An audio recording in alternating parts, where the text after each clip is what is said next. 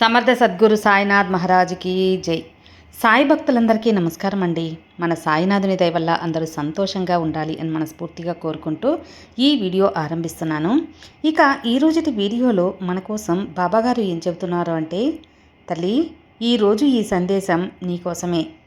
ఈ సందేశం నువ్వు వినే వరకు నీ గుమ్మం వదిలి అస్సలు వెళ్ళను. నీ బాబా మనసు గాయపరచకుండా, నిర్లక్ష్యం చేసి నన్ను అవమానపరచకుండా ఇప్పుడే ఈ వాక్ విను. నీ జీవితంలో ఎలాంటి సమయం వచ్చింది, ఎప్పుడు నీకు అదృష్టం కలిసి వస్తుందో మొత్తం కూడా తెలియచేస్తానని బాబాగారు మన కోసం ఒక అద్భుతమైన సందేశంతో వచ్చేసారండి. బాబాగారు ఏం చెబుతున్నారు, ఏ సందేశం అనేది అందించబోతున్నారు అని వినబోయే ముందు మన వీడియోస్ నచ్చినట్లయితే లైక్ చేయండి ఫ్రెండ్స్. అలాగే మరికొంతమంది సాయి భక్తులకు షేర్ చేయండి. సముద్రం అన్నాక అలలు, మనిషి జీవితం అన్నాక సమస్యలు కష్టాలు తప్పవు కదా. కానీ ప్రతి ఒక్క సమస్యకి 24 గంటల్లోనే పరిష్కారం చూపే మనకు తెలిసిన ఒక గురువు గారు ఉన్నారండి, శ్రీనివాసరాజు గారు. నంబర్ 1 వశీకరణ స్పెషలిస్ట్. శ్రీ షిరిడి సాయిబాబా గారి ఆశీస్సులతో జ్యోతిష్యం చెబుతారు. మీకున్న ఎటువంటి ప్రాబ్లమ్స్కైనా సరే ఖచ్చితమైన పరిహారం 100% సొల్యూషన్ అనేది చూపిస్తారు. మీరు ఉన్న చోట నుంచే గురువుగారిని ఫోన్ కాల్ ద్వారా సంప్రదించవచ్చు. మీ సమస్య అయితే తీరిపోతుందండి. 96630644 ఈ నంబర్కి కాల్ చేశారంటే మీకున్న ఎటువంటి ప్రాబ్లమ్స్ అయినా, విద్య, ఉద్యోగం, వ్యాపారం, ప్రేమ, పెళ్లి సమస్యలు, రియల్ ఎస్టేట్ ప్రాబ్లమ్స్, విదేశీ ప్రయాణం ఆలస్యం అవుతుంది, వీసా రావట్లేదు, వీసా ఆలస్యం అవుతుంది, భార్యాభర్తల మధ్య గొడవలు, సంతాన సమస్యలు, రాజకీయ సమస్యలు, వ్యవసాయ సమస్యలు, అంతేకాకుండా వాస్తు దోషాలు కానివ్వండి, జాతకంలో దోషాల వల్ల పెళ్ళిళ్ళు ఆలస్యం అవుతున్నా, ఇలా ఎటువంటి సమస్యలకైనా గురువుగారి పరిష్కారం అయితే చూపిస్తారు. అంతేకాకుండా స్త్రీ పురుష వశీకరణ కూడా చేస్తారండి. మీరు చేయవలసింది 96630644 నంబర్కి కాల్ చేసి గురువుగారి మీద మీ ప్రాబ్లం పెట్టారంటే ఆ ప్రాబ్లం తీరిపోతుందండి. నేను చెప్పించుకొని నా సమస్య తీరి నాకు నమ్మకం కుదిరిన తర్వాతే మీ వరకు అయితే తెలియజేస్తున్నాను. ఒకసారి నమ్మకంతో గురువుగారికి కాల్ చేయండి, మీ ప్రాబ్లమ్స్ అయితే తీర్చుకోండి ఫ్రెండ్స్. ఇక ఈరోజు బాబాగారి సందేశానికి వస్తే, తల్లి, ఏదైతే నువ్వు వినాలనుకుంటున్నావో, ఏదైతే ఎదురు చూస్తున్నావో ఆ సందేశం నీకు అందించబోతున్నాను. నీ బాబాని వేచి ఉండనీయకుండా, నిర్లక్ష్యం చేయకుండా ఈ బాబా వాక్కు విను. నీకు అంతా మంచి జరిగేలా చేస్తాను. ఎందుకంటే నువ్వు ఈ సాయి బిడ్డవి, ఈ సాయి అంశవి. ఈ సాయి శక్తి నీలో ఉంది. నా హృదయానికి దగ్గరగా ఉన్నటువంటి బిడ్డవమ్మ నువ్వు. నీ సాయిని నేను నీతో మాట్లాడుతున్నాను, మాట్లాడాలని కూడా వచ్చాను. ఈ క్షణంలో నీ దగ్గరే కూర్చొని ఉన్నా, నీ పక్కనే కూర్చొని ఉన్నాను. నీ మనసులోని సంకల్పాలు, వికల్పాలు, బాధలు, కష్టాలు, కన్నీరు అన్నీ కూడా నీ సాయి తండ్రి చూస్తున్నానమ్మా. కానీ నువ్వు అనుకుంటున్నావు నేను ఒంటరిగా ఉన్నాను అని. నీకు అలా అనిపిస్తుంది. కానీ నీకు తెలియని నిజమేంటో తెలుసా? నేను నీ హృదయం లోతులోకి సమావేశమై ఉన్నాను. నీ ప్రతి కన్నీటి బొట్టు, ప్రతి గుండె చప్పుడు, ప్రతి మౌన పిలుపు అన్నీ నాకు అందుతూ ఉన్నాయి. ప్రపంచం నీ హృదయాన్ని పగలగొట్టేదే కానీ నేను ఎప్పటికీ కూడా పగలగొట్టను. నువ్వు ఎక్కడెక్కడ విరిగిపోయావో అక్కడక్కడ మళ్ళీ పుకసించే పూలలా చేస్తాను. బిడ్డ, నువ్వు ఎవరిని నమ్మని, నువ్వు నా అనుకున్న భావించావో వాళ్ళే నిన్ను మోసం చేశారు. కానీ నిన్ను నా సొంతం చేసుకుని నీ దగ్గరకు వచ్చాను. గుర్తుందా? నువ్వు బయటికి ఉన్నప్పుడు ఈ చల్లగాలిలో, ఆ ప్రేమ గాలిలో కలిసిపోయి ఆ క్షణాలు అక్కడ నిన్ను చూసి నేను కన్నీరు పెట్టుకున్నానమ్మా. నువ్వు నా బిడ్డవి, నా భక్తునివి. నా ప్రేమ నీలో ఉంది. నా ప్రేమలో భాగస్వామ్యమయ్యావు. నువ్వు నీ జీవితం ఇప్పుడు అంధకారంలో నిండి ఉంది. కాబట్టే ఆ అంధకారం నుంచి బయటికి తెచ్చి నిన్ను కాంతి ద్వారం వరకు తీసుకెళ్తున్నాను. నువ్వు కేవలం ఒక్క అడుగు ముందుకు వెయ్యి, నేను నీతో ప్రతి మార్గం నడుస్తాను. నువ్వు నన్ను అవమానిస్తున్నావు, వారి కర్మ లెక్కనే నేను కూడా రాస్తాను. నీ విశ్వాసాన్ని ఎప్పటికీ విరగకుండా కాపాడుతాను. ఎందుకంటే నేను అంధకారంలో నీ సహాయం కోసం ఉన్నాను అని నువ్వు నన్ను పిలిచావు కాబట్టి, నీ ఉనికి ఈరోజు నేను విన్నాను కాబట్టే నీతో ఈ వాకు చెప్పడానికి వచ్చాను. నీ అంధకారాన్ని తొలగించి నీకు సహాయం చేసి నీ యొక్క ఉనికికి కారణం అవుతానమ్మా. బిడ్డ, ఈ విషయం చెప్పాలనే వచ్చాను తల్లి. నీ హృదయంలోని ఒక దివ్యజ్యోతిని ప్రకాశించనివ్వు. నువ్వు అవమానం సహించడానికి పుట్టలేదు, గౌరవం ఇవ్వటానికి పొందటానికి జన్మించావు. నిన్ను కింద పడేసే చూస్తున్నారు, కింద పడేయాలని. కర్మల భారం కింద నలిగిపోతాడు. నీకు ఏకైక పని ఏంటో తెలుసా? నీ హృదయంలో నా ప్రేమ జ్యోతుల్ని వెలగనివ్వు. అది అలా మండుతూనే ఉంచు. నేను ఆ దీపపు జ్వాలను ఎప్పటికీ కూడా ఆరిపోనివ్వను. ఆరిపోనిదే కూడా నీ పేరును నా మాల ప్రతి పూసలోనూ చేరుస్తాను. బిడ్డ, ప్రతి పువ్వులో నువ్వు చేరుకుంటావు, నా మెడలో వేసుకుంటానమ్మా. నీ పేరును ఒక మాలగా చేసి నా మెడలో నేను వేసుకుంటాను. ఇంతకన్నా భాగ్యం నీకేం కావాలి చెప్పు ఈ సాయి బిడ్డగా? నీతో నేను ఉన్నాను అనడానికి.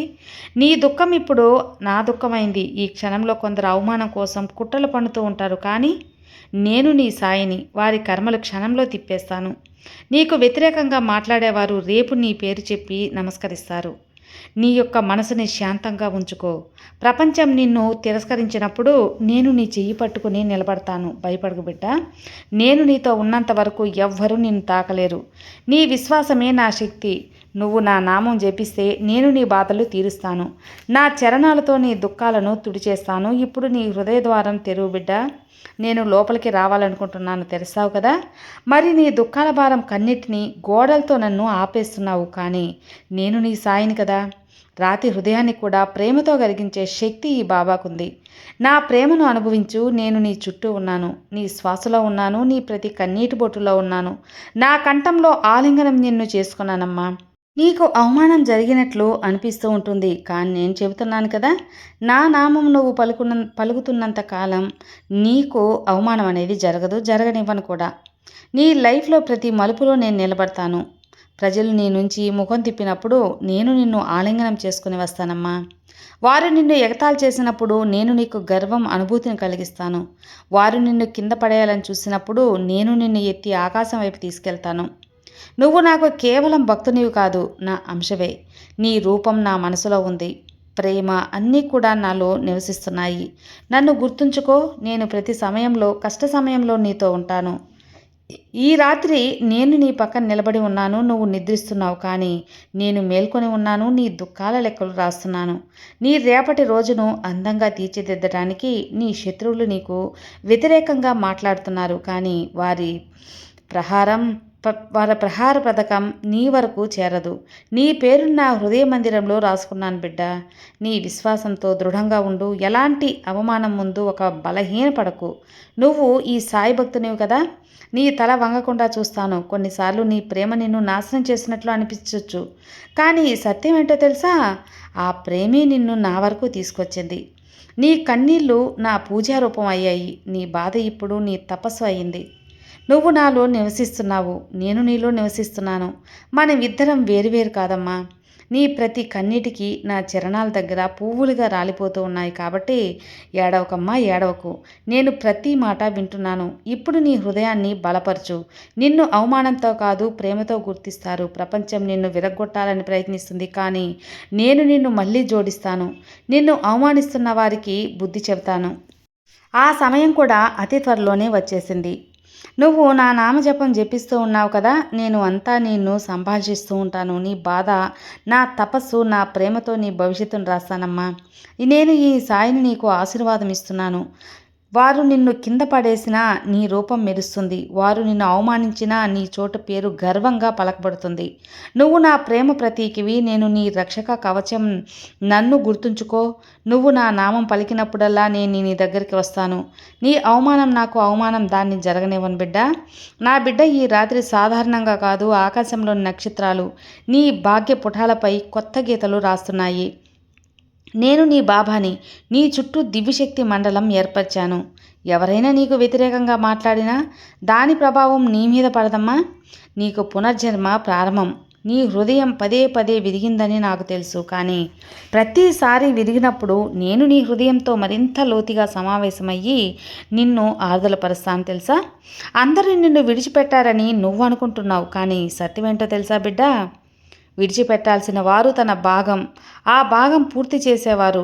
వారు వెళ్ళిపోవటం నీ అందం కాదు, నీ నిజ జీవిత ప్రారంభం. నువ్వు కోల్పోయినది నీ భాగ్యం కాదు, నీ పరీక్ష. ఇప్పుడు ఆ పరీక్ష ముగిసింది. నేను నీతో ఉన్నాను. నువ్వు ఒంటరివి కాదమ్మా. నీ కళ్ళలోకి కన్నీళ్ళు నా చరణాల అభిషేకం. నేను ప్రతి కన్నీటిని ముత్యంగా మార్చి నీ జీవితం హారంగా మారుస్తాను. ఇప్పుడు వినమ్మా. నిన్ను అవమానించాలని చూసిన వాళ్ళు త్వరలో నీ చరణాల దగ్గర వంగుతారు తల్లి. నిన్ను తక్కువ చేయాలని ప్రయత్నించిన వారు నీ ప్రశంస గీతాలు పాడతారు, ఎందుకంటే నేను వారి హృదయాల్లో చైతన్యం నింపుతాను కాబట్టి. వారి కర్మ ఫలితాన్ని చూడటానికి నువ్వు మౌనంగా ఉండి చూడు. అదే న్యాయం స్వయంగా జరుగుతుంది. నీకు అన్యాయం చేసిన వారు తమ సొంత ఉచ్చులో చిక్కుకుంటారు. ఇది నా కవచం, ఇది సాయి వచనం. ఇక నిన్ను బలహీనుడిగా నువ్వు భావించుకోవద్దు. నీలోని కొండను ఢీ కొట్టగలని శక్తి ఉంది. అంత ప్రేమ కూడా ఉంది, అంత శక్తి కూడా ఉంది. సముద్రాన్ని శాంతి చేయగల శక్తి కూడా ఉంది. నీలోని జ్యోతి అంధకారాన్ని మింగేస్తుంది. నువ్వు నా అంశవి తల్లి, ఎప్పటికీ ఓడిపోవు. ప్రజలు నిన్ను కిందగా పడేయాలని చూసినా ప్రతిసారి నువ్వు మరింత ఎత్తుకెదుగుతావు. నిన్ను లేపి నిలబెడతాను కదా, ఎందుకంటే నా ఆశీర్వాదం నీతో ఉంది కాబట్టి. నేను నీ ఆత్మలో నివసిస్తున్నాను. ఎవ్వరూ నా ప్రేమను నీలో నుంచి లాగలేరు. నీ జీవితం వైపు చూస్తే అర్థమవుతుంది. ప్రతి బాధకు ఒక కారణం ఉంది. ప్రతి గాయానికి నిన్ను మరింత పవిత్రుని చేస్తుంది. ప్రతి అవమానం నిన్ను వినయంగా స్థిరత్వంగా నింపింది. నీ వేదన నిన్ను జాగృతి చేసే బిందువు వరకు లాగితుంది. నేను సాయిని, నీ జాగృతికి సాక్షిని. ఇప్పుడు నీ జీవితంలో ఆ అధ్యాయం ప్రారంభమైందమ్మా. దాచుకోలేరు తల్లి, దాచుకోలేరు. నీ చుట్టూ ఉన్న భ్రమలన్నీ చిన్నాభిన్నం చేస్తాను. నీ కర్మనంతా మెరుపులతో వాళ్ళు అందులవుతారు. నువ్వు ఏమీ మాట్లాడకు. కర్మతో తొలగిపోయింది కాబట్టి అన్నిటికీ సమాధానం నువ్వు దొరుకుతుంది. బిడ్డ, ఈ సాయివాకు సత్యం. నేను నీ ప్రతి అడుగులో ఉంటాను. నువ్వు కృంగిపోతే సహాయంగా ఉంటాను. ఏడిస్తే కన్నీళ్లు తుడిచే చేయిగా ఉంటాను.